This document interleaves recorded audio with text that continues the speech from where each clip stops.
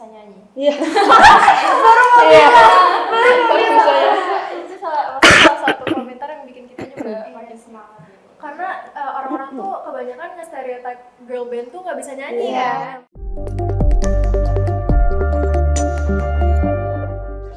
Always be your number one first.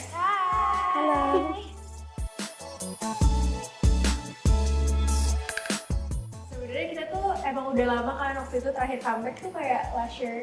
Udah 1 tahun. 1 tahun gak rilis lagu, terus akhirnya kita tuh udah nge-push Kampret itu, Kak kita mau comeback. Terus akhirnya kayak kita dibikinin lagu, dan waktu itu sempat milih-milih lagunya lumayan lama juga ya. Terus akhirnya ketemulah dengan Kak Eka. Itu gimana tuh, ngeceritain aja. Ya pokoknya waktu itu jadi Kapet tiba-tiba guys mau ini dong, beberapa ikut aku buat workshop sama Kapet gitu. Sama Kak Eka gitu. Terus akhirnya aku sama Safa yang ikut waktu workshop sama Kak Eka.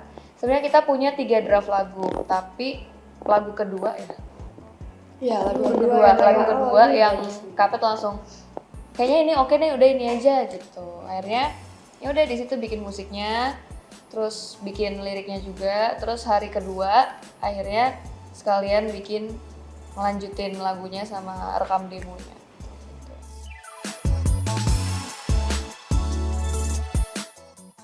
Suka banget. Jadi dari awal tuh aku request kan yang ikut mereka, yang ikut bikin lagu itu mereka berdua kan. Terus aku tuh kayak request, pokoknya aku pengen ada lagu yang ada gitarnya. Soalnya kayak keren gitu loh, kayak wow. Jadi setiap ada instrumen gitarnya tuh aku seneng banget rasanya, kayak dengernya enak.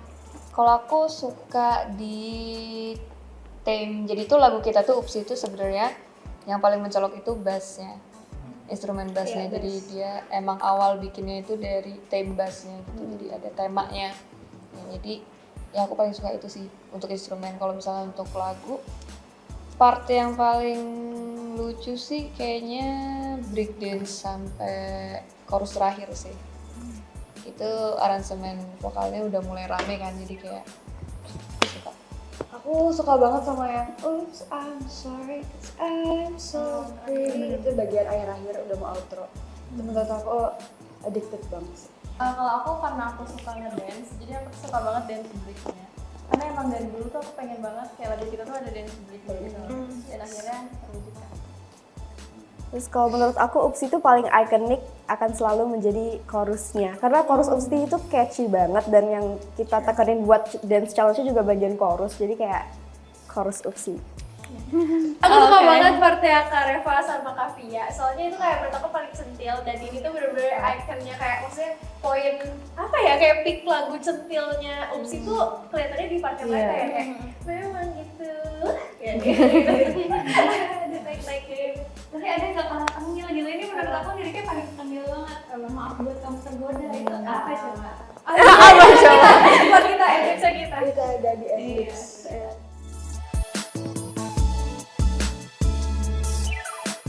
Sebenarnya kalau menyenangkan banyak banget ya, terutama kalau misalnya lagi perform. Aku sih paling berkesan sih perform, setiap perform pasti berkesan banget.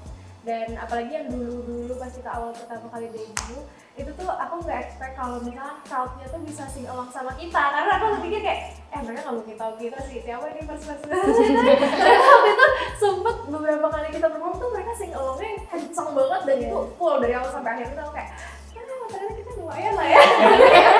Dan bahkan waktu kita sebelum mau naik panggung itu mereka udah nyanyiin malu-malu, dan waktu itu aku ingat aku sama Kak Jess, kita sampai kayak berkaca-kaca matanya kan, terharu banget dengan mereka sing along.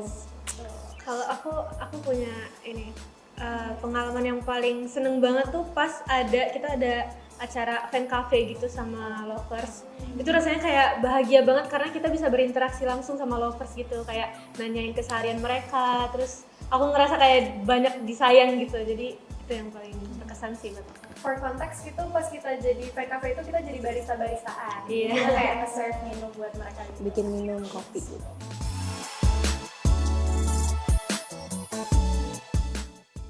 Awal banget kita debut sih, cuman itu bentar banget juga karena mungkin kita tuh baru, terus ekspektasi masyarakat terhadap kayak girl band itu kan karena ada K-pop juga pasti tinggi banget. Jadi banyaklah kayak komenan-komenan gak enak gitu. Cuman sih kita ngelihatnya sebagai kritikan yang membangun ya, jadi nggak terlalu dimasukin ke hati gitu.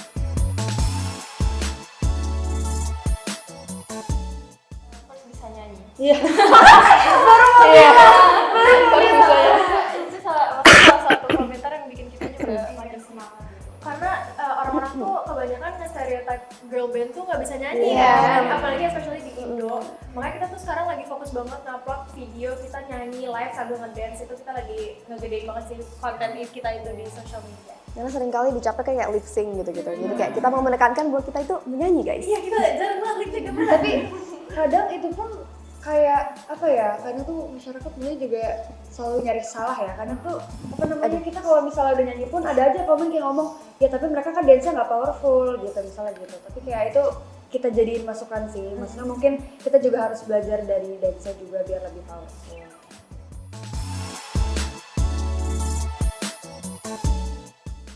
Idol yang bisa nyanyi tapi Karena ngapain kita bernyanyi tidak bisa nyanyi gitu. Idol yang bisa memotivasi orang-orang, bisa memotivasi masyarakat, Idol terus yang bisa membawakan positive vibes. iya. Hai K-Lovers! Jangan lupa buat nonton Verse di Kapan Lagi Buka Bareng BRI Festival. Di tanggal 15 Maret 2025, Yang tiketnya bisa dibeli di kapanlagibukabareng.com.